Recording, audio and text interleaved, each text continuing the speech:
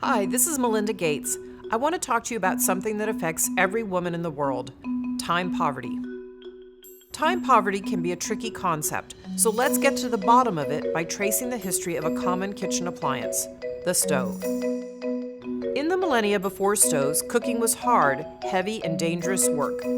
Cooks had to bend, kneel, and squat, reaching into an open fire to move gargantuan pots or turn spits loaded with, say, half a buffalo carcass.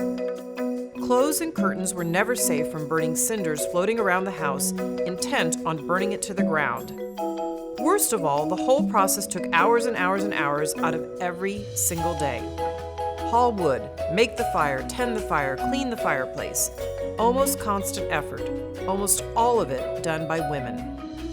This is still how about half the world cooks. In rich countries, though, there's a better solution: the stove. When the stove was introduced in the 1830s, it was a miracle.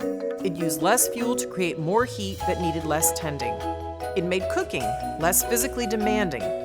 It also made women's lives safer since sparks weren't flying around, and of course, the stove saved a lot of time. But those early stoves were nothing compared to the ones we have today. Women still needed to load them with coal or wood, light the fire, tend the fire, sift and sweep the ashes, and treat the stove so it wouldn't rust. That was just the beginning, though. Stoves kept getting better. 1 billion women who don't have electricity, running water, or stoves can save hundreds of billions of hours if they get access to labor-saving technology. But simply using the technology doesn't necessarily save time.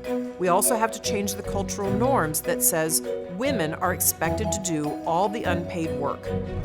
The norms that lead to time poverty are deeply ingrained, but we can all work to recognize who is doing what around the house and try to be more fair in small and large ways in our own lives.